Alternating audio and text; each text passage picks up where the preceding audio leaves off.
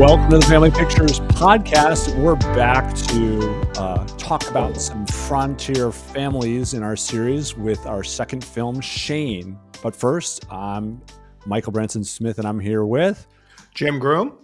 And Shane is the 1953. So we're stepping back 3 years here. So we did a little. We went forward to come back. Yeah, we're coming back because we're coming back to kind of showcase kind of the epitome of the mythology of the frontier life, you know, of a perfect family, but still the violence that sits around a frontier family as they try to defend their way. But this time it's not against Native Americans. It's actually against wealthy ranchers. And Shane, which was directed by George Stevens, was based on a novel of the same name written by Jack Schaefer. And the thing that was most interesting to me in the research about this film is it's very much heavily inspired around the Johnson County War that happened in Wyoming between 1889 and 1893. And this is a time when there's a large enough feud within a community, they still call it a war. You know, Yeah, exactly. You know, it gets labeled in history as like a war. And the way this is, it's a classic, in a sense, class war, not unlike what it reminds me of the future wars that happen in the labor, when unionization around coal and oil and trains happen. And basically the owning class uses thuggery and murder to try to put down the working class. And such was the case where you had these large, wealthy ranchers in this area of Wyoming that were feeling impinged upon by the smaller ranchers and homesteaders. And that's the setting effectively of this story. And back then there were literally, it's crazy. There was like the wealthy ranchers had a homeowners association, and they try they conjure up some excuses of rustling by the homesteaders, when in fact some of them didn't even raise cattle, and they literally lynch this couple. And this leads to the small ranchers organizing and creating their own trade organization, and then that creates the wealthy ranchers to react even more violently, and they gather like Texas gunslingers, and they ship almost them up like north. The Rangers from the Searchers come up, yeah, exactly, for hired guns, like they're hired guns. Hired It's interesting because it has this long lasting impact, because so many of them end up staying around, and remain bullies in the community for a long time to come. And so they go on, and they're the organizer of the small ranchers like trade organization is this man named Nate Champion, and they immediately go and murder him first, along with 4 men that were with him. And this leads to there's a small homesteader who happens to be nearby, and they get appropriately named the group that comes up from Texas, in this mass of 50 men that are going to ride around. And they literally create a list of 70 people they need to kill and where they live, you know, and it's documented. And they're charging out to do this, killing the organizer, Nate Champion, first. And there's a local homesteader who also witnesses this and almost gets killed by this group that's been nicknamed the Invaders at this point. And this is what's also interesting is, like, even though I'm telling this story in like it happened in minutes, this happens across years, because things progress so slowly back then, if you think about it. You know, from the moment this couple is lynched to the moment that this posse of the Invaders comes to be is probably like 3 years pass in the time frame. And so the small ranchers successfully organize a posse of their own of 200 men and surround the Invaders, and basically plan to put a siege on them and kill them all. But sure enough, one of the Invaders escapes and gets message, because they're connected. These are wealthy men leading a bunch of roughnecks from Texas, but they have connections. And then sure enough, they literally get word to President Benjamin Harrison himself. And he in turn, and because the telegraph exists, he in turn by the next morning has the cavalry show up and disband it. But they do arrest the Invaders. Yeah. And then there's no justice, because there is no justice other than real justice, which we're going to talk about quite a bit here, is frontier justice, which means killing, because as soon as they're left to, they're put in jail temporarily in one of the cavalry's forts, and quickly what happens is all the wealthy guys get out scot free. They get put all the Texas dudes on bail, and they all skip bail and never return. And then the wealthy ranchers are able to say, "Hey, Johnson County, unless you can pay for this trial, we're gonna have to wrap this thing up." And of course, they don't have the money, and so everybody gets away with it. Yeah, it's very like contemporary, if you will. Right? Like, collusion all the way up to the top, rich people doing whatever the fuck they want, poor people Mhm. getting screwed because they're not organized, right? It seems like a timeless tale at this point. Yeah, yeah, and so I mean that's kind of the biggest one. I mean, there's some other things like Jean Author was a wonderful. She plays the lead of the wife of Joe Starrett. And her character's name is Marion. And Jean Arthur is really was interesting. She stood out to me. Her story is she was a silent film actor who didn't know what she was doing. She kind of fell into it and was summarily kind of dismissed. And she bounced around, and it's back in the contract area, and they'd have these contracts, and then they would release her from her contract because she wasn't doing well. And she eventually made her way all the way to Broadway, where she discovered herself and built her acting skills, and came back to film, and then cranks out three or four of the most important films of that era. Mr. Deeds. What are the ones I want to? Mr. Deeds Goes to Town. Even Mr. Smith Goes to Washington, and she gets nominated for an Academy Award for what is it? You Can't Take It With You, or no, not that one. It was one of the other ones. And so she becomes incredibly famous really, really quickly.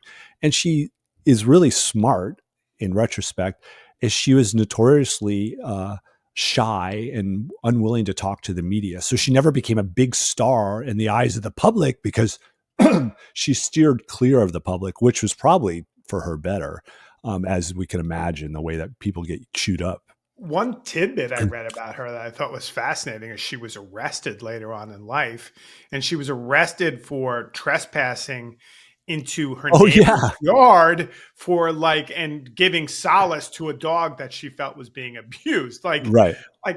She's even a freedom fighter for animals, right? Yeah. Yeah. And it's interesting, like you said, she was in all these movies in the 50s and the 40s that really are about the little man, right? Yeah. And that kind of almost she followed a moral theme even in her choice of roles. And Yeah. Shane fits right into that. Right. And it's her final film, and she kind of came out of semi-retirement at the time. And it's her only color film too, which is another thing to think about. Like the Yeah. era of filmmaking, she saw the large transition into the beginning of modern filmmaking, if you will.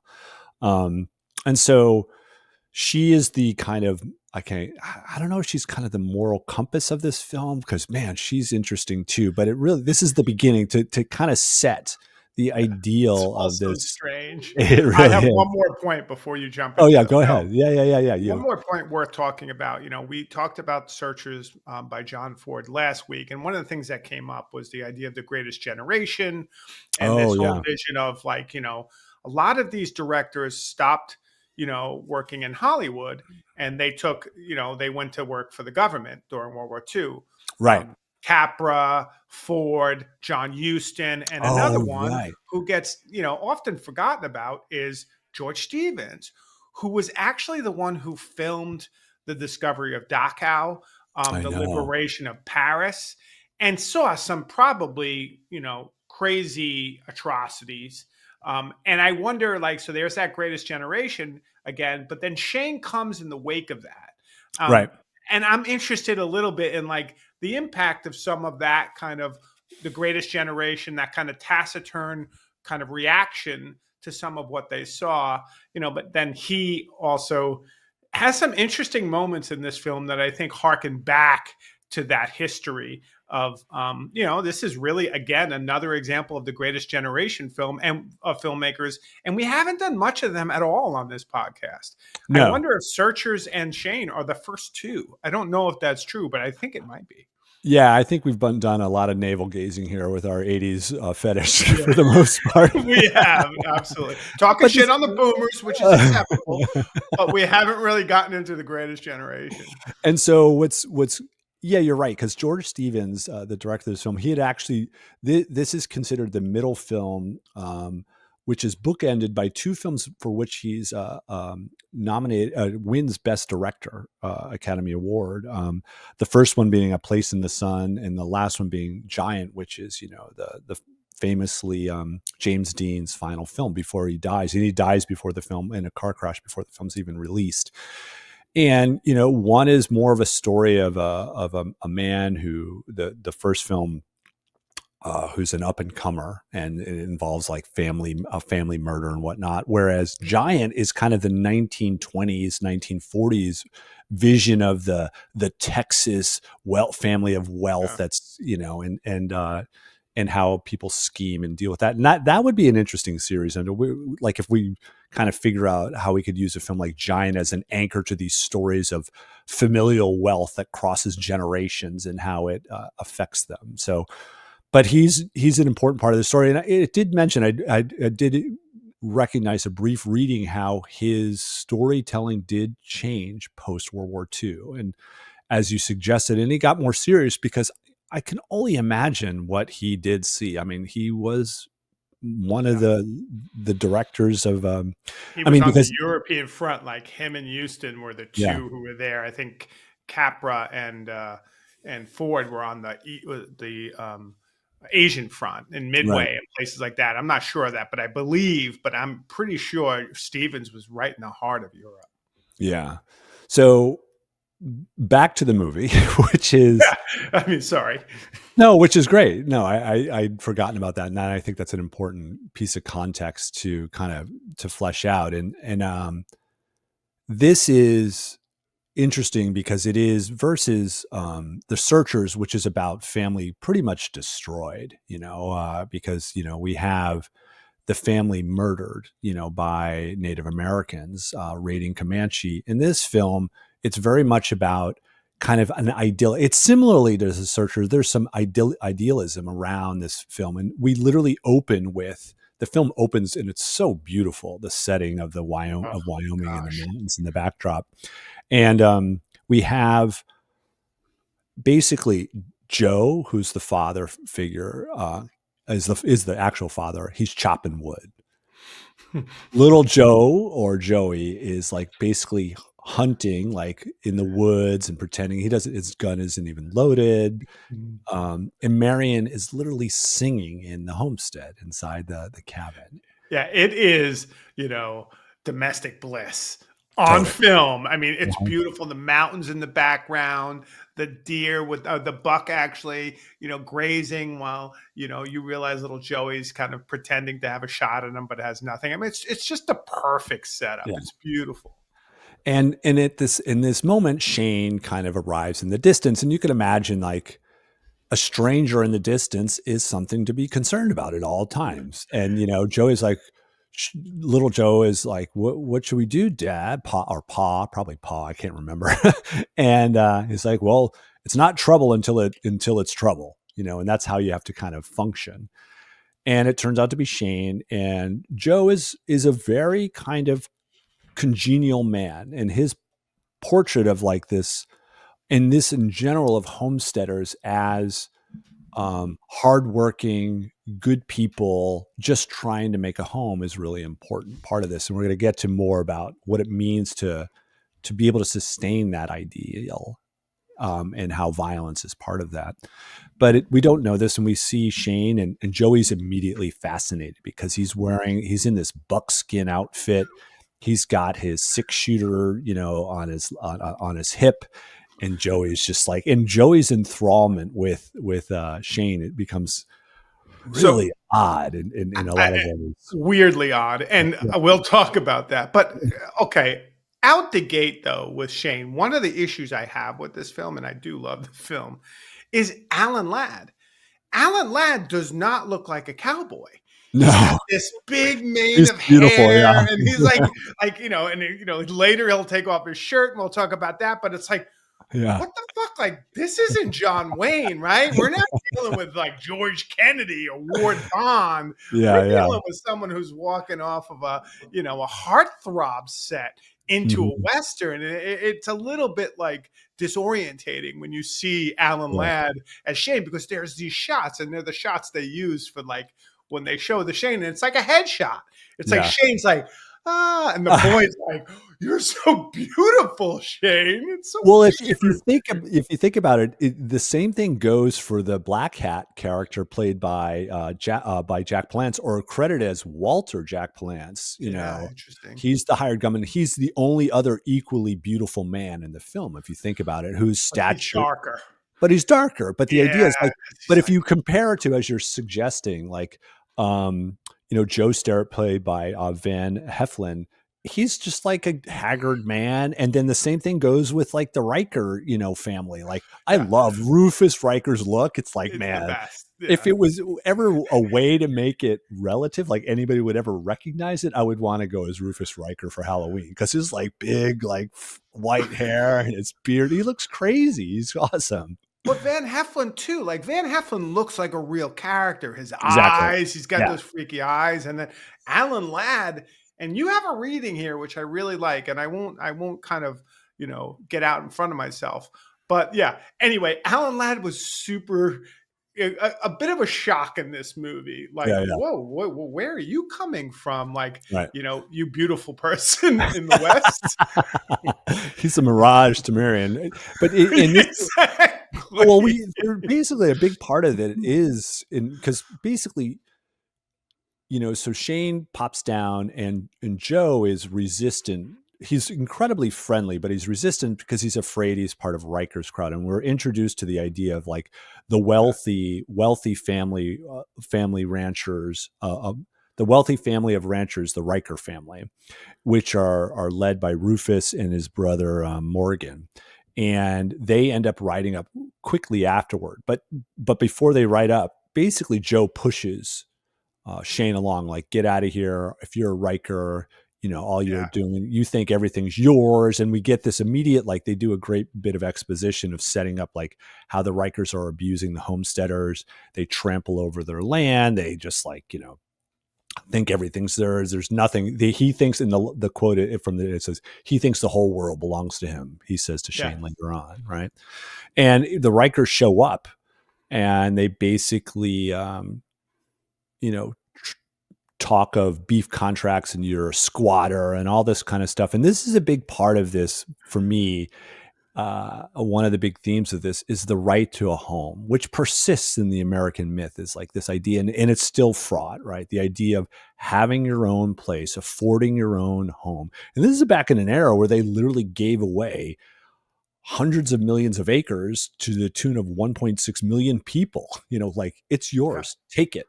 And that's what these people are doing. They're taking the land that was given to them. There's a huge immigrant story that exists in this, which I think is going to be interesting, because that's what we're going to explore deeply in our next film. Um, Even though there is some hints of the immigrant story in this film through one of the families, and just by, he's given an accent and he's called the Swede. He doesn't do. Yeah, he's called the Swede. He does a Swedish accent. It's Yeah. almost passable, actually. Swedish people would probably laugh, but Yeah. And so this idea that, and we're going to get more deeply into this, where Rufus represents, he's like a nativist. He's someone that's like, I was here first. yeah, I helped tame this land. And he's going to give a story about he's why like Bill the he has. Butcher, right? Yeah, exactly. That's what I was thinking of. He is Bill the Yeah, Butcher. Yeah. yeah. And, everybody else is considered an interloper, at this point, because it's his, he was here first, and, you have no right to this land. And then there's this talk of later on of, well, the government disagrees, right? And Bill the Butcher was the only good thing in my mind about Gangs of New York. I dislike that movie pretty much entirely, Mm-hmm. but the fact that they gave Bill the Butcher so much depth of character Yeah, and so much a sense is what I think really works in Shane with Rufus. exactly. He has depth of character. He's not just a two-dimensional bad guy. No. Like, he's coming from a point of view, and you can almost see it. You know what Mhm. I mean? Yeah. So like he's the one who tamed this land. Why Yeah. should he give it to anyone else, right? That whole concept, which Right. we still live with, right? I invented the internet. I should be able to steal all your data and make. I invented this. Like it's kind of the same logic, right? Uh-huh. Yeah, and I think that which is what way I think we spend a fair amount of time on this podcast harping on the quote unquote boomer generation that's holding on so tightly to all that they created and wish to not relinquish control of. You're gonna reread Rufus as a boomer right now. I love it. Yeah. That's awesome. Yeah. And That so, is revisionist in the best way. so, well, I mean, if you think about it, yes, but it's okay because we move on, and Shane and is We he, should rename this podcast "Fuck the Boomers." yeah. Boomer families suck. Dun, dun, dun, dun, dun, dun, dun, dun, dun, dun. I love it. And so what's interesting though is Shane, who had been pushed off by Joe, actually hangs around when he sees in the distance the Rikers showing up, and he just kind of pops around the corner as the Rikers are kind of threatening Joe, and Joey is right there with Marion in the background, and he's like does this again and again where he aligns himself, and he's kind of appears as like, I'm going to flank you bad guys if you get anywhere near this family. And he becomes quickly the symbol of the protector, the violent protector of the family in this kind of frontier family, because he doesn't want Joe to have to be that, though Joe is he's not a shrinking violet by any stretch, which is really No. important as well. But he's invited into the family because Marion cooks a good meal and you should meet her, you know? House isn't finished, but she cooks a good meal. Yeah. Yeah. It's interesting too. I mean, what you're getting at here, and it almost is from the get-go, right? You have, Joey and Joe and Marion, like you said, the kind of, perfect family. Shane comes in, the Rikers come in also and threaten, and that's the whole movie. Boom! Like Yeah. you kind of have all the Yep. dynamics of the movie. They just play out differently over the next hour and a half. But one of the things that immediately happens with Joey that you can't help but notice is he's like, Shane. Like he has this weird attraction to Yeah. Shane. And maybe weird is wrong. Maybe that's the wrong way to frame it. Maybe that shows my own limits. But like immediately, Shane has this kind of like, you would think to your points in the notes that this would make Joe jealous and create friction. But it's as if Shane No, it doesn't. is now what Joe has always needed. And I think your reading, which I really like, is like, there's something going on between Shane and Joe. What is that? Yeah, I mean, well, there's this idea that what's interesting about Joe is as he's presented more than once, he's presented as like a truly caring husband and a caring father. Like he doesn't speak ill of his wife. He doesn't put her down ever in this entire film. No. Unlike, you think of like the Ethan character from The Searchers, and he's just generally an asshole to everybody, and bullying his way over, which is very John Wayne. And even his brother isn't particularly doting on his wife, right? No, In no. The Searchers, and he's truly a passive man. Like he's presented as a passive man, where Joe he's this symbol of a man who cares for his family, and he's also willing to protect it. And he knows that violence must be used to protect it, but Marion tries to keep him in check. And so and I think it's almost equal between Marion and Joe, their relationship to Shane, as Shane is this someone they both desire so much to be or have, obviously, in equal parts.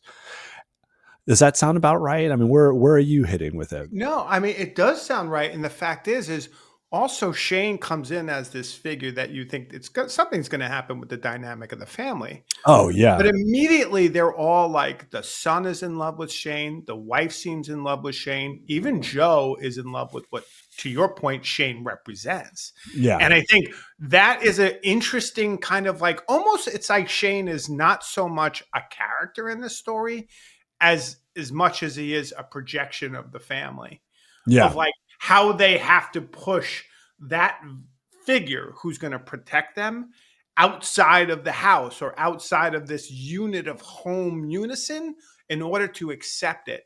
Because with Shane, despite his beauty and how nice he is and cordial and everything else, at the bottom of Shane, he's a hired gun, yeah. He's a right? killer, He's a killer. He's a ruthless killer. And this is a strange Western because it does everything it can do to hide that.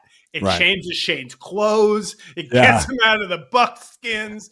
But at the end of the day, he's a cold blooded killer. yeah. And there's no living with killing, and that's ultimately, he's the symbol of the violence that has to happen, which truly did happen. Like you think of the actual Johnson County wars, homesteaders literally had to arm themselves to prevent a bunch of men from Texas from murdering them. Yeah. 'Cause that's how ruthless the kind of wealthy class was at this time. And I think that the what's interesting in some ways is the Riker family is toned down a little bit. I mean, there's only one gunman they hire, Yeah. and there's And conversation of keeping their men in check for a period of time. We haven't pulled our six shooters out yet. Even come on, yeah, I think it's Grafton who basically in this part Sam of Grafton. Yeah, Wyoming, right? Who's basically like they can only resolve their issues via, fists because you right, can't have gunfights. And right, that's another interesting piece of this Western is you start off the beginning of the violence is not gunfighting, right? no, It's actually these long drawn out amazing fight yeah, scenes yeah. between Shane and every other person Oh, in the Riker gang. what's interesting too, because I think like the whole the kind of the saloon brawl. There is a saloon brawl that happens in this film, and that's like mostly it's almost vaudevillian in its Yeah. history in film. Like people love the performance of the brawl. There's literally people swinging from chandeliers typically, and bottles being like slapped on people's heads between drinks and all this kind of stuff. And there's a lot of performance around that. But the fights, and we're going to talk about the fights because Joey witnesses every single one, and Joey's enthrallment with men performing violence, whether it's through a fist fight or eventually gunfight. This is what he looks up to more than anything. And we're trying to think out like what is this about. Like it's kind of interesting to think in the 50s it's like this metaphor, so it's post-war, and so these people Yeah. are, there's a lot of PTSD going on, and the Exactly. director himself has endured it. And so, but to still fetishize violence in this way from the view of a child maybe is a bit of like an anti-war message, but not really. I don't see it that way. I don't know. What do you make of it? There are moments, right, where you even said the child is literally given like a little like candy stick Oh yeah, and is like licking the stick while watching the violence. And you say in the notes, like he's literally chewing on the violence, which yeah, he is. And I mean, we can talk about what comes to TV and how this is the zenith of the Western and the violence that defines the Western is, at its height in the 50s. But I think also there's the violence that's, starting to kind of creep into the, possibly this kind of notion of the home, right? The settling of the home. And one of the mm, things I think that's super interesting to me is this is probably the best era in America for labor, right? Like yeah, this is the time when you actually had unions, you actually had a livable wage, you actually had all these things. And I wonder if part of the early message in Shane is about that, is yeah, about these communities sticking together and also being able to kind of, you know, determine their space, fight for what's right, push back on the owners of the companies and the corporations. And, this is definitely the little man banding together against Mm, the Rikers to get what's theirs and to build a community that's not based on one person's wealth, the 1% right. we're so happy to talk about in the last 20 years, versus actually distribution of wealth and power. And Yeah. I see this as a kind of 50s, excuse me, I'm too excited, as a 50s analogy of that kind of like victory. We Yeah. lost a lot in World War II. It was horrific, but we can celebrate, like Shane and the family, that we can kind of expunge a lot of that violence. And we've dealt with this in a communal sense. And we Right. kind of have this somewhat, I don't know how we would say it, like equilibrium. Yeah. Yeah. That makes I mean, I think you're saying it makes a lot of sense. It's like Joey's, you know, impulses to join the fight, if you will, is not unlike the impulse that was celebrated for all of the start of World War II. It's like you Yeah, were a yellow belly exactly. if you didn't sign up, right? And so I Which think is what Joey, Wayne got tagged with, yeah, as he was exactly. tagged with a draft dodger. Yeah, even though yeah, and so you get a sense that maybe that's the director reconciling that fantasy of like going to war, because the film ends with Shane saying, you don't need to be this, right? Now is a time, as you're suggesting, to put violence aside and raise a family, and Yeah. it's like, that's the whole point of war, right? It's like, we won. So now like, let's make babies. Okay. Exactly. Which actually happened in the 50s, right? Exactly. Yeah. Yeah. The message was heard. And it led to the fucking boomers. Yeah. What the hell? Oh man, we lost out. I hated the 50s. Yeah. So yeah, and so But you there say is, this in our yeah, notes, and I just love the notes you took for this film. I think you killed it. Good families need bad men, yeah, but bad men cannot live in good families. And like that's also a very important point surrounding this film, right? mhm. Like you have Shane, right, who kind of is a good man, who's a good family, and oh no, Shane is the bad man though. I mean, No, he's how not. do I you think reconcile that? the way to reconcile it is like Shane tries to perform the role of a good man for the better part of this film. Like when he's introduced to the family, he's invited to dinner, and and Joe alludes to like, you seem like a good, strong man. I could use a man like you around the house. And and he immediately seemingly dismisses this, but he goes outside and he starts chopping at the stump that's been harassing Joe for a better part of a couple of years, because it's so freaking big. And Shane takes his shirt off, and they both axe at this stump and they remove it. And this is the beginning of the domestication of Shane. And Shane heads into town on his own, and to pick up supplies for the family as part of his new job. And he buys workman's clothes, right? He's Yeah. still wearing his sheepskin, gunslinger outfit, and he goes into the saloon next door. And I love how the saloon and the general store are literally like attached. This is Sam Clayton's place, and he owns the whole shebang. And he kind of wants he doesn't, I mean, violence is bad for business from his perspective, which is probably quite true. So he wants to be a peacemaker. And there is no sheriff in town at all. It's too small a town. And I actually really appreciate the scale of the town. It's so hard scrabbled. There's literally like six structures, It's true. and it's basically in a swamp of mud the entire time.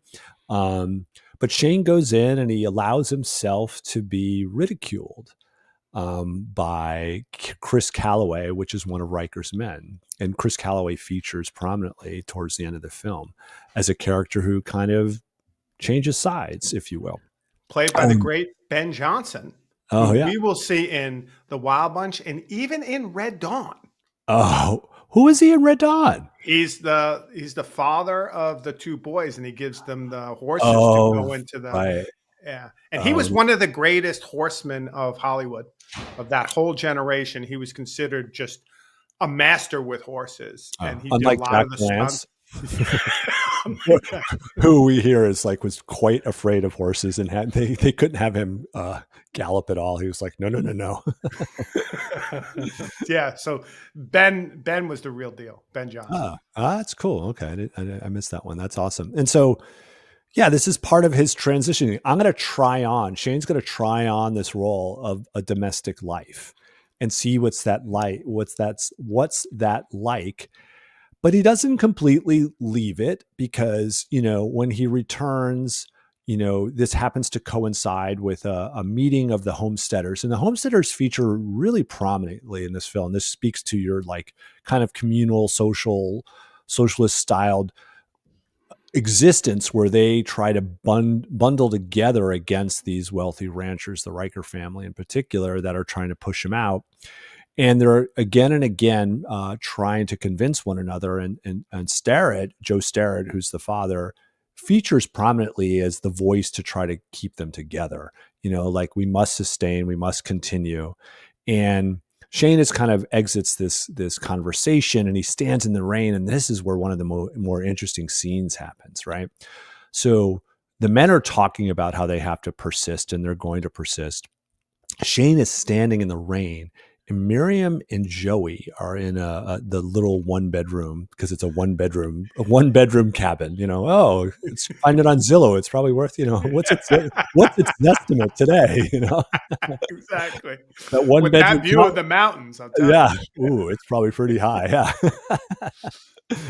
and it's really interesting because this is the thing they do with Marion and Shane. Like, she is clearly enthralled by him, and obviously there's tense sexual tension between them, not unlike what was happening with Ethan and his sister-in-law, His right? sister-in-law, Yeah. absolutely.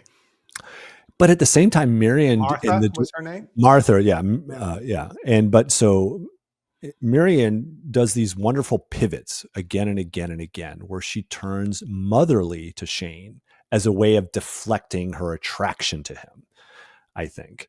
And she does it in this moment. It's like, you're going to get cold. You're standing in the rain. Go to the barn. And later on, she does this thing that's quite similar, where she's treating his wounds, and that's the other. We'll get to that one. We'll wait on it. Actually, it's so interesting. And so this is this thing that persists throughout the film. And so Shane is part of the family now. But this time there's this wonderful scene of, as a show of force post this meeting, they're all going to ride in, to get supplies together, all the homesteaders, and say, like, we're here as a group. Let's not show violent force, but let's show like persistent force. Yeah, solidarity, right? Yeah. Yeah. And they all ride in, and it's kind of cool because it kind of evokes like the idea of the wagon train, right? And making your way to the land and taking control of it, because there's a train of all their carriages, and they all make their way. And this is where Shane does a repeat performance. He enters the saloon. And this time he's proactive, and he throws a drink on Chris Calloway, and that fight immenses, and he beats down Chris Calloway, right? And he thinks he's fine. And Joey, if this is when he was literally chomping at the candy. Yeah. But this leads to a larger fight, because Joey's like, you can't take them all on, but this is his job. Like, this is where he can't help but lapse back into the violent character. He's done the right thing to stand up for himself initially, picking the fight with Chris Calloway, who had insulted him, because the idea of being insulted as a man is like a big thing still, right? But then he won't let it go.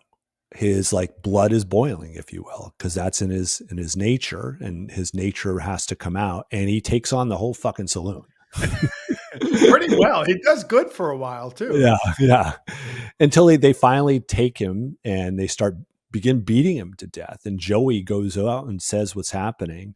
And because Joe is the kind of person who's dualistic. He's both like good father, domestic man, but he's a protector.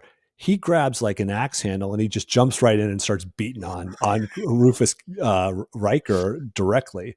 And then they kind of win the day, if you will, even though there's a standoff produced by Sam Clayton, who throughout is saying like, stop, please, stop.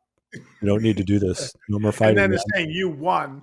And there's that comment where it's like, yeah, we won and we're going to pay for all the damages. Yeah, yeah. This idea of being out from under, of owing the Rikers Mhm. anything, which is an Right. interesting kind of moment where it's like, we'll pay for the damages. We just want them out. Yeah. And so this is which leads to we return to the stare at home and have probably the most bizarre like love triangle going on with Shane and Marion and Joey because Joe, they literally, so they're, she's treating their wounds and Joey's like, it's going to hurt, Shane. It's going to hurt, and Shane! Jesus, the kid. And Joe, for the sake of like staging, like exits to the bedroom for the sake of so the three of them can have this intimate moment. And it's so odd, and then Shane is left alone and it's a well, technically maybe it's a 2 bedroom. Yeah, it's probably worth a bit more on Zillow, actually. Yeah, exactly. Yeah. It just went up a couple $100,000. And Joey and Marion, Joey's being put to bed, and Joey's literally saying, I love Shane. Don't you, mama? Almost as much as daddy. Yeah. And you're just like, whoa. What? And she shares this admiration for him, right? And so Shane leaves and she exits and Joe comes out. And it's like this great piece of it's almost it's like classic like comedy staging. Like this person exits, the other person enters, and then Marion comes out like she's going to see Shane, but instead it's Joe, who's there because Shane has exited, and it's she's like, oh, Joe, just hold me tight. I got to do something with this sexual tension, this energy, Joe. Let's get it on. But I mean, I think this really gets to your point that Shane is like, it's almost like let's harken back to Vengeance is Mine. Like Yeah. Shane as is if is like an incarnation Yeah. Oh, of you're right. Joe's other side, and it's why Mhm. his son is so in love with him. It's why he almost loves him as much as daddy, Yeah. because it's that violent part which the son is attracted to, and so in some ways is the wife.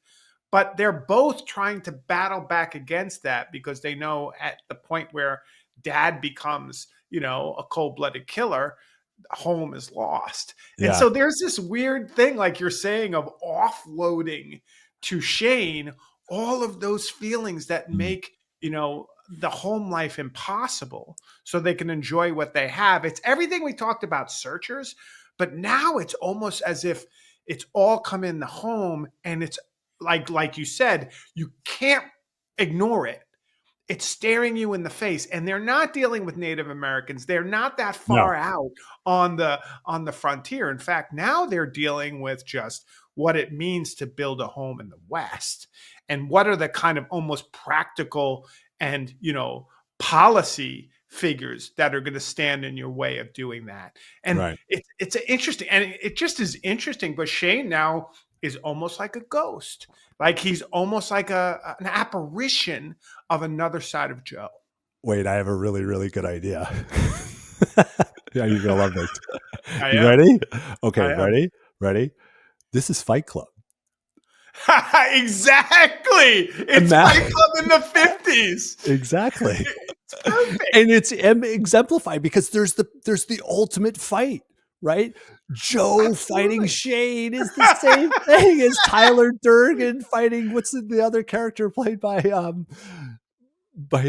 Tyler Durden. I don't remember the other guy. I'll Anyways, think about it. but he's one and the same person. He's his alter fighting ego. And that's when the son is like, Shane, you used the gun to knock him out, right? Yeah. And he kind of like loses respect, but absolute 100%. Those two fighting each other, the fact that they're so closely matched, Yeah. that the fact that they also share, when they're fighting back to back in the bar.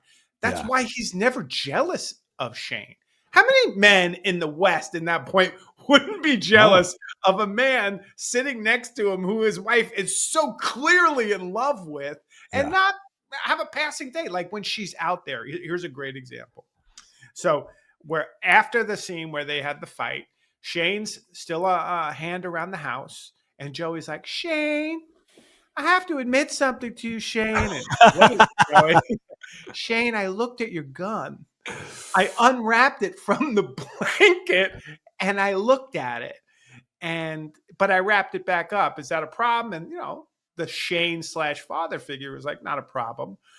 And there's It's like he all was like sorts of finding weird. nudie magazines. It's like I got into your porn stash. Exactly. Or as if he saw the father's gun, so to speak. Because the Yeah, gun yeah, is certainly a stand-in for, yeah, a penis as it is in all of these films, like yeah, Red sure. River, like Show Me Your Piece, right?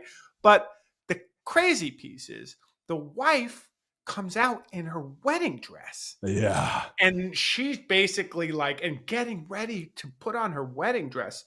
And then she comes out to the child and to Joey and Shane. And the father comes in and is like, what's yeah. all this shooting? And then look how beautiful you look. Like, I thought, oh, this is going to be finally where the father and Right. Shane Yeah, are pissed off because she's looking at Shane lovingly. They're yeah. talking about something. I think they're talking about guns. It's not the gun, but it's the person who uses it. It's like a Right, right. tool. Well, this is like the NRA fantasy, right? It's like, so right after Shane, Joey's like fantasizing about shooting, Shane finally succumbs and gives him a shooting lesson. And he just, you know, he doesn't let him shoot an actual gun, but he shows him how he should put his gun in his holster, where his belt should be, how high it should be, and how he should draw, blah, blah, blah. And then Shane demonstrates. And of course, he's like this excellent marksman shooting rocks like 20 feet away. And this prompts Marion to show up in her wedding dress of all things. And they have a conversation about guns. And Shane's like, a gun is a tool, no better or worse than any tool. A gun is as good or as bad as the man using it. Remember that, woman, basically, he says, Exactly. But Yeah. Marion beat later is like, well, we'd all be better off if there wasn't a single gun in this valley, including yours. But at the same time, it's like, it's not about the gun, as you're saying. It's about like his masculinity. We'd be all Totally. better off if you're masculine. Like, I'd be ready, better, but maybe not better off. I'd love you to stay. Don't go. Please leave. And Joe shows up. Yeah, and he's just like, yeah, this is all cool, weird, Yeah, and and it's yeah, interesting. I mean, and your fucking, your Fight Club reading is brilliant because it's as if Tyler Durden and Shane are going in opposite directions, yeah. right? Like, Tyler Durden is trying to pull his alter ego out of domesticity, No, out no, of the IKEA world, right. where No, no. Shane is trying to put them into that. Yeah, so I looked it up. So Tyler Durden is the Brad Pitt character. So he is the Yeah, Shane character. that's right. Edward Norton is the Joe, because he's the unnamed character, right? He's the Absolutely. Yeah. narrator. Yeah. Yeah. So he So doesn't have a name. That makes sense. right. That's why we couldn't think of it. It's like he didn't have a name. But they're moving at cross purposes, right? It's like Right. almost like Fight Club comes, 50 years later, and is like, no, that whole domesticity thing, no, let's go back to the violence. Exactly. Yeah, yeah, yeah. We need, and this is but it's interesting in the context of what you're saying is like, this is how it's going back to, because what is 1999? It's in the context of the coming WTO protests, right? The That's right. 99. And this is the anarchistic movement of like, this is the way we're going to do our reset, right? Is we need to take down the wealthy, power holders before they get too much power, which obviously happens, and now we're dealing with. But this was the idea. It's like, this is the way to do it, is we need to take them down by literally taking them out, which harkens back to this idea, is like the violence is necessary, Yeah. supposedly, right? So it isn't to get rid of the Which family. is It's scary, right? yeah, I mean, yeah, that's the other piece of that. Like, if it's true what they're saying or arguing in yeah, the yeah, Western, and if we are where we are, back with the Rikers, seemingly, yeah, what's the solution, right? yeah. Yeah. And so, this is starting to wind towards the inevitable, right? There's the 4th of July in town, and then there's the 4th of July on the homestead. And, in town now, Wilson has showed up, played by Jack Palance. Like, so now there is a gunman. They have a man for hire, and we have like kind of an obvious first victim, who's the kind of boisterous ex Confederate reb, uh, Yeah. uh, Stonewall Tory, who the homesteaders mock again and again in a variety of ways. And it's a good ribbing. Like there's the harmonica player who plays like who plays the Dixie in his face, just to mock him. It's like, you guys lost. It's like, one of my favorites is when he comes back from town a bit drunk, and they're like, oh, we took Virginia 2 hours ago, Rev. Where you been? you know? And Although, in that regard, they use it again. It's also his Achilles heel. it is, yes. And so they start, with Wilson now in town. Riker and is starting to plot the murder of the homesteaders, and they have to say, well, we got to keep this as upright as possible in the eyes of Sam. Is it Walton? What's the name of the owner? Grafton. Grafton, yeah. And so, because he's the kind of is the proxy of the law, if you will, Yeah. and he's going to report whatever happens to the law. And so, the way the West works, as we've been told in all this mythology, well, if he draws first, I can shoot him, and it's legal. There is no, which is to this day, the idea of like, what is it, stand your ground kind of laws, if you Yeah, will. exactly. Yeah, totally. Even just self-defense, right? Right. And so, but they're like, we really need to kill Starrett, so Joe Starrett is their first and most important target. But what happens is, after, we have the homesteaders kind of July 4th, which involves, of course, Shane dancing with Marion, and Joe's like, that's cool. And watching again from the fence, just sitting Yeah. there, happy as can be. Yeah. But It's crazy. yeah. And then this, which is interesting, this is the important, as part of the plotting and planning from Rufus Riker's perspective. He's like, I'm going to give that Starrett one more chance. And he shows up. And what's so cool about this film is there's all this night shooting. They actually Yeah. deal with darkness, which is really difficult in that era. Like, light is really expensive to put up in the open, in the outdoors. And they shoot darkness really well, which is pretty cool for the time. It's pretty rare. And Riker shows up with his brother and a few men, and they say, we come in peace. I'm going to make you a final offer, a fair offer, Joe Starrett, because he makes this line about, we built this country. Like, this is our land because we built it. We built it with blood and empty bellies. And as you described, he is a fully fleshed out character. His grievance is with what he went through, the people he lost, which were many. And Yeah. so he has rights to this land. But, Joe stands up to it. It's like, you think you've got the right to say that nobody else has got any. That's his like single line response ultimately. And I love Riker because he comes with basically a sellout offer to Joe. Yeah. And like, you could see that happening in modern day, like the business saying, like, you're difficult. If we give you X amount, will you walk Mhm. away? None of your friends will get any of that, but you will.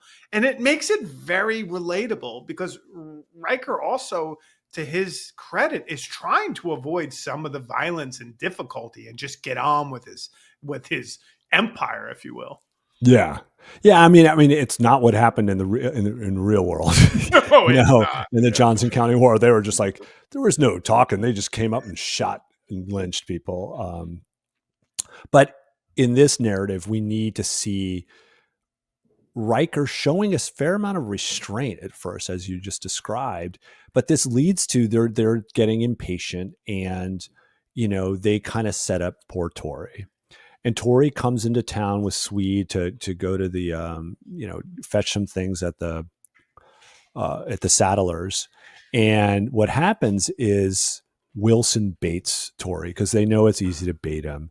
Tori tries to draw his gun and he's immediately shot down. And what's so sad is the Swede has to drag him through the mud back to his own horse, ties him up to the saddle, and starts dragging him home. And he's parading him through the homesteaders, like, look what's happened. They've killed Tori. They've killed Tori. And first this, alarms one of the, I think it's Fred Lewis and his wife and daughters. I think he's the one with the daughters. That's and right. Swede has the boys. And Lewis immediately, and they've threatened this in the past, immediately starts packing up. They're like, it's not worth it. We need to just survive. Like, you can't raise a family if, the father figure is dead, because that they know they'll be next, just like everybody else. And the same thing happens. The Swede brings back Tori to the Starrett house where Shane and Joe are working together, and this is the beginning of the end of the calm, of the domesticity of Shane. Yeah, exactly. No, it is because, Joe is finally like, look, I don't have a choice. I'm going to have to go and have it out with Wilson. And Shane basically says, and his wife, there's that great scene when him and his wife are inside and having that discussion, Yeah, right? it's Like so that is an good. amazing discussion. Yeah, yeah. What happens is, like, basically they've had the funeral for Tori, and it's really interesting. The funeral is so interesting because the cemetery is very close to town, so there's this added distance, like kind of watching one another, the wealthy ranchers and Yeah. the homesteaders. And the homesteaders are basically like, I'm out of here. And Lewis literally is packed up, and he's like at the funeral on his way out of town. And there's this literally shared speech between Shane and Joe, which is like Tyler Durden, basically Ed Norton character. You nailed it. That's absolutely how this film, Yeah. whether or not intended, must always now be seen. Shane Fight Club. And True. they're trying to say, we need to keep this land because we have a right to keep a family on this land. We have as much rights as the Rikers do because we are doing it for our children. It's for our girls. It's for our boys. And it literally bounces between the two of them, this speech. And Lewis is all pumped up, and it's like, let's do it. But then suddenly it's interrupted because they've torched Lewis's property, but they're like, we'll save it, we'll bring it back, and they all agree. And this is their stand-up moment, which leads to, back at the Starrett house, Joe's like, I have to go face Riker. Yeah, I mean, and there's a couple of things happening here, and you kind of laid that out brilliantly. If you go back to the stump chopping scene early on, right? Like that's something like out of WPA 1930s.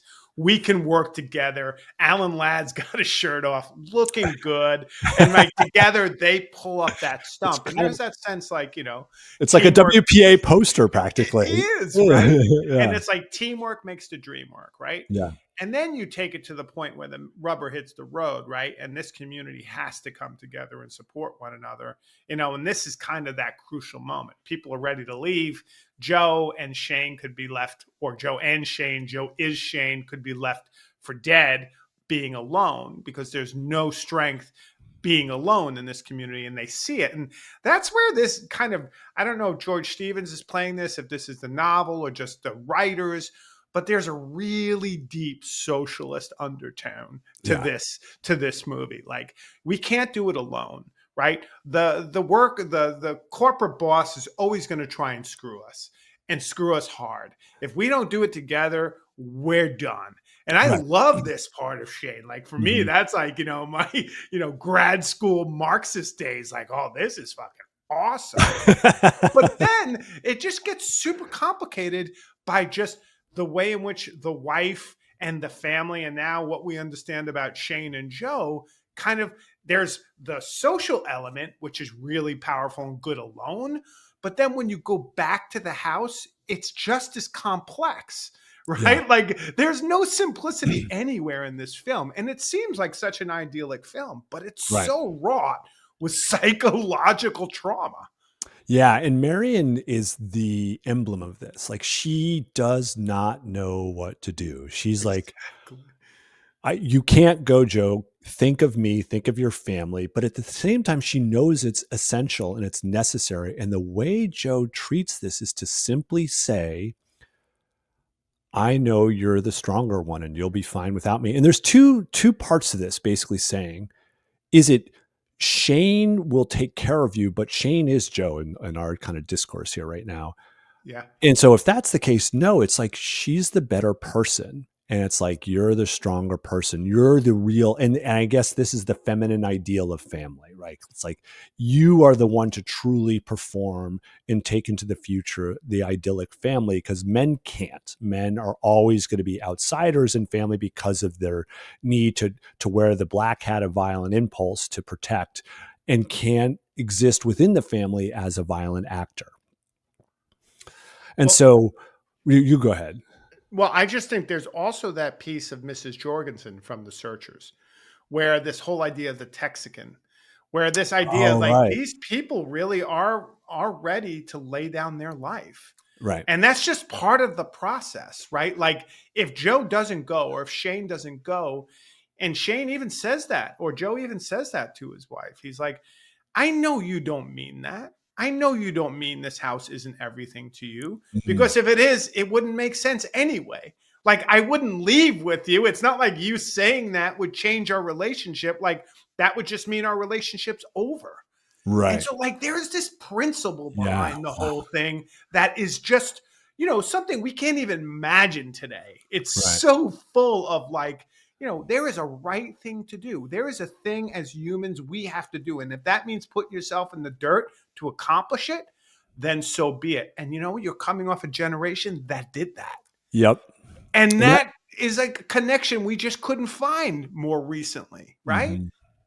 Yeah, and so this leads to like the interesting father boss battle between Joe and Shane, and it's really a battle with Joe being allowed to be a domestic father versus a violent father. Yeah. And so in order for Joe to Well said. persist, in order for Joe to persist in this role of being a caregiver rather than a violent, Ethan like person protector, um, Shane and Joe fight it off, and it's calamitous. It's kind of amazing how far they take this. It's like they might as well have had thunder and lightning rolling through the scene, because not only are they fighting in these like this epic kind of fight that they do, fist fight, the horses are being like spooked and the cattle are being spooked and they're jumping and flying, and so things are being knocked over left and right, like barn boards are being knocked and fence posts are being laid out, and cattle are flipping themselves over those fence Yeah. posts, literally. So it's the production itself is calamitous in this moment. I imagine people on that set were like, holy fuck, what are we doing? This is crazy. Yeah. I- And like the fight is like nature is unsettled, right? yeah. Like we Mhm. have not settled this actually, again to the Joe Shane thing, this kind of, who's gonna win out in the Mhm. psyche of, this character. Yeah. And and the heavens are fighting for this destiny. Yeah. It's so cool. It's wonder. And it's really, and so it ends in this really interesting way, because Joey, of course, is watching this, and even Marion is watching. She's not like enthralled the way that what's her name was, the character from The Searchers, where she's enthralled by Lori. yeah, watching the Laurie Jorgensen watching uh, the brother, the son. I'm blanking on his name, fighting with the Charlie McCory. Charlie McCory and what's his name? Yeah, what's his name? Who he basically is called the half breed the whole Yeah, time. yeah, yeah, yeah. But and Lori's enthralled. Marion is spooked. Joey is enthralled per usual. Oh And my he's gosh. just like, this is the most important thing I've ever seen in my life, is his father, his true father, fighting with his proxy of a father. And it ends with Shane knocking out Joe with a gun. And Joey sees this as a cheat and it says, I hate you.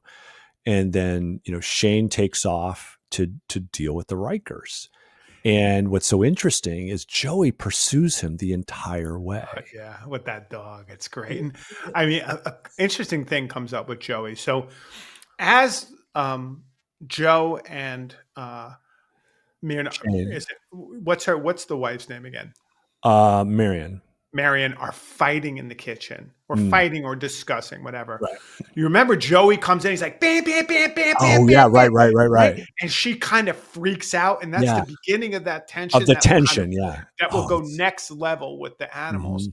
There's the opening scene in The Wild Bunch which Ben Johnson is in, and it's a great Western, considered classic. But that Western starts with kids going around to, it's a horrible murderous scene to open up that movie. A beautiful scene, but just terrible in terms of violence. But kids are running around the bodies like little Joey, bam, bam, bam, bam, Oh, like yeah. pretending and acting out that violence.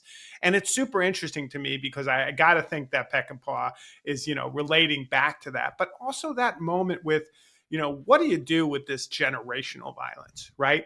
This violence that Joey has to make sense of. And the fact is, by splitting out the dad into Joe or Shane is an attempt, right? To exclude that, to get rid of that, Hmm. despite the fact that the kid won't let it go. And like No. you says, follows it all the way to the next fight.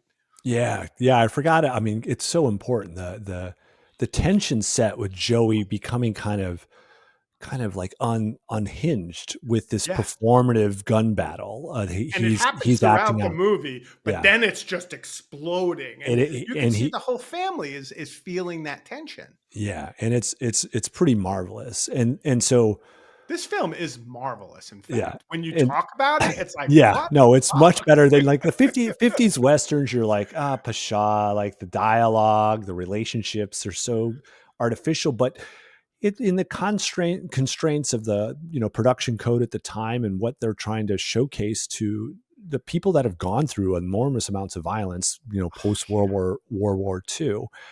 And it ends with this, this unsurprising finish where Shane, stands as literal proxy for Joe. He says, I'm here to talk for him, Yeah. to Rufus. And you have Rufus's brother is hiding up in the rafters with his rifle. And you have Wilson who's sitting at another table about, 90 degrees away. So he has to turn, he has to face two villains at a distance and angle from one another. But I love how the other Riker crews, they just slowly but surely exit themselves from the scene. Yeah. They're like, I'm out of here, man. You guys I can mean, shoot it up. even Calloway goes and says, look, it's a setup, right? Even Right. he proves to Yeah. be a good guy. Yeah. And that was set up really nicely. You could sense like Chris is and it's basically once Tori is shot by Wilson, Chris Calloway is like, I don't want any part of this anymore. Like, Yeah. it's one thing to use your fists and like this idea of like wrestling, fisticuffs, pugilistic violence is a level that I can handle, but gunning someone down and intentionally doing so, setting them up for a legally standing their ground and killing him. And so, yeah, this is the finish. It's because it's ultimately about Joey, because It Shane is. shoots them all down and wins, and unsurprisingly, and it's about Joey reconciling what Shane is to him and how Shane basically pronounces how there's no living with a killing, and that's what we titled this episode. It's like he can't stay. Like I can't. You can't live in a world of a familial future if there's violence surrounding it. There is no future in a family that's clouded by violence. Yeah. And it's beautiful because, he has that talk with Joey. And then as he's leaving, Joey keeps on calling out to him, but like, but dad needs you, but mom wants you.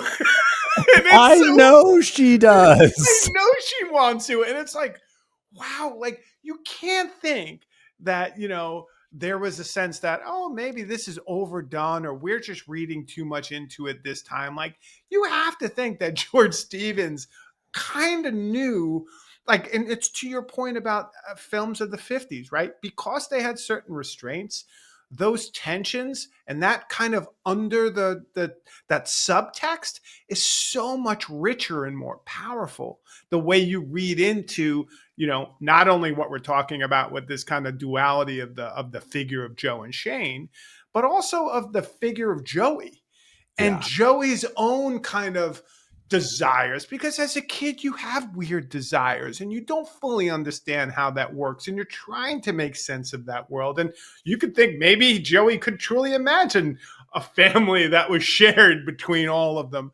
But I don't know. I just think that this film, watching it this time and closely, I was just like, this film is out of control in every way.